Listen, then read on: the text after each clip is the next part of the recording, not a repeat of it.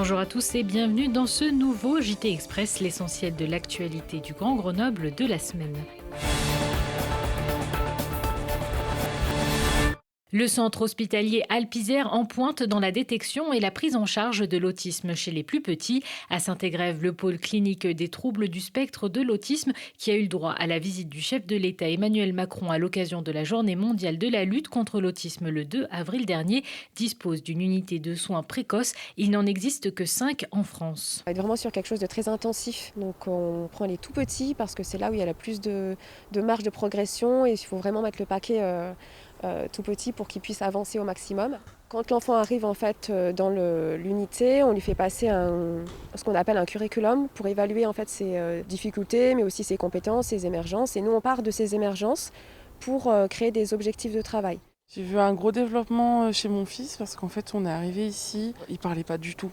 Il n'y avait aucun mot. Très peu de regard. Il est beaucoup plus en lien au niveau du regard avec les autres, de ses observations aussi qu'il a, de l'adulte, de ses pairs aussi. Le langage aussi se développe. Il y a beaucoup de progression aussi dans le jeu, dans l'intérêt pour le jeu. La campagne d'autotest dans les lycées a été lancée en grande pompe début mai par l'Éducation nationale. D'ici les vacances d'été, 60 millions de tests devraient être distribués dans les établissements scolaires. L'objectif est fort. Une adhésion de 25% à un dépistage hebdomadaire entraînerait une réduction du nombre de cas de 30% par rapport à la situation actuelle. Une formalité pour les grands garçons et les grandes filles du lycée de Pontcharrat. Une fois que l'on a introduit les couvillons dans ces deux narines de façon perpendiculaire au palais, on sent une petite butée. Et ensuite, on ne force pas plus, on tourne 4 fois d'un côté, on recommence la même opération de l'autre côté. Et ensuite, on le met dans le petit tube, on tourne 10 fois en passant à l'extrémité du petit tube. Il est extrêmement important qu'on continue la politique de dépistage pour que l'école puisse se poursuivre et les examens dans de bonnes conditions. Je suis convaincue, je suis optimiste et je pense vraiment que ça va se développer, que les gens vont comprendre l'intérêt et surtout vont être rassurés.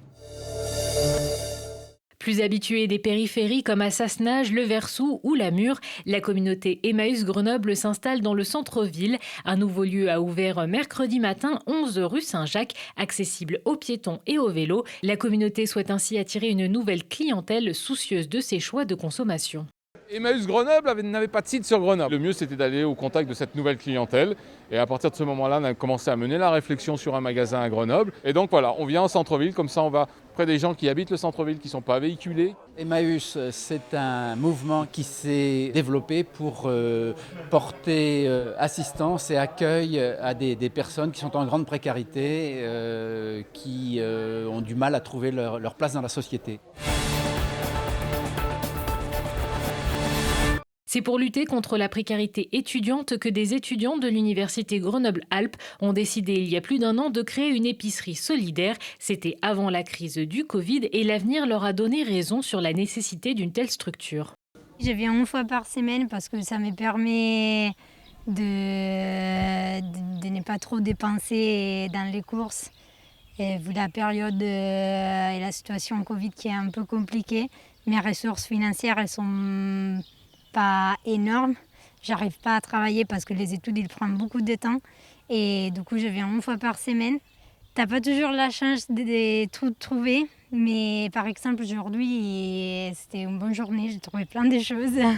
On calcule en fait leur reste à vivre, c'est l'argent qu'il leur reste en fait pour manger à la fin de la journée et il y en a qui sont vraiment dans le négatif, donc c'est-à-dire qu'ils ont beaucoup de mal à en fait subvenir à leurs besoins de première nécessité.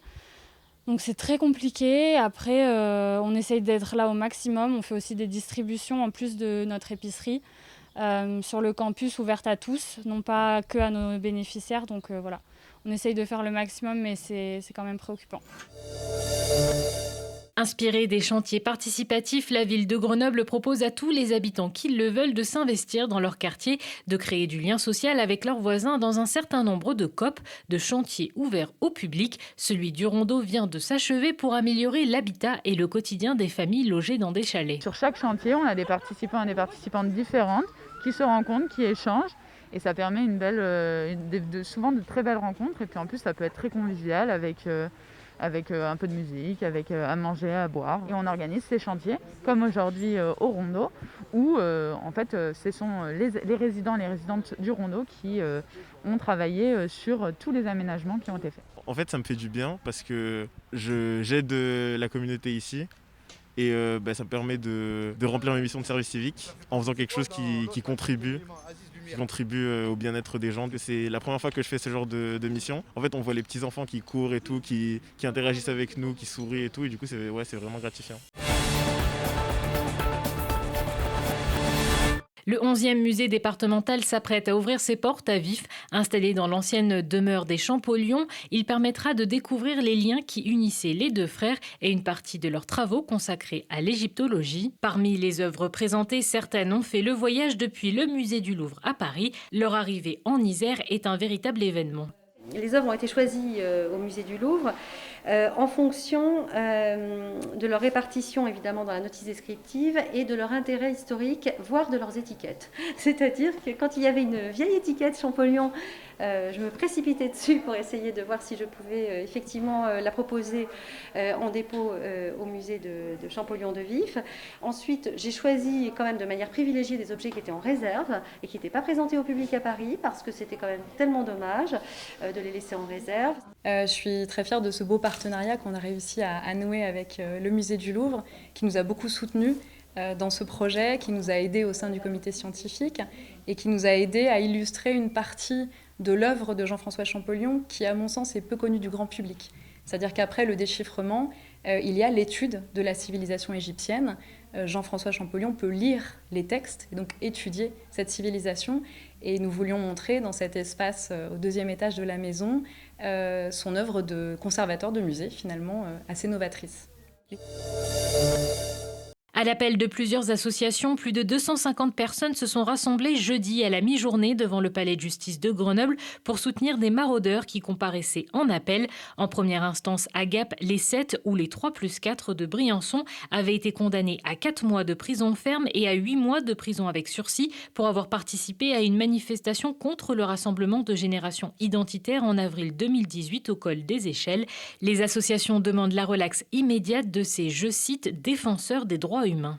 On n'est coupable de rien, on est juste des solidaires. On applique la devise de la France, liberté, égalité, fraternité. Il faut vraiment que cet État, ce gouvernement précisément, respecte les droits fondamentaux et les conventions qui engagent notre pays.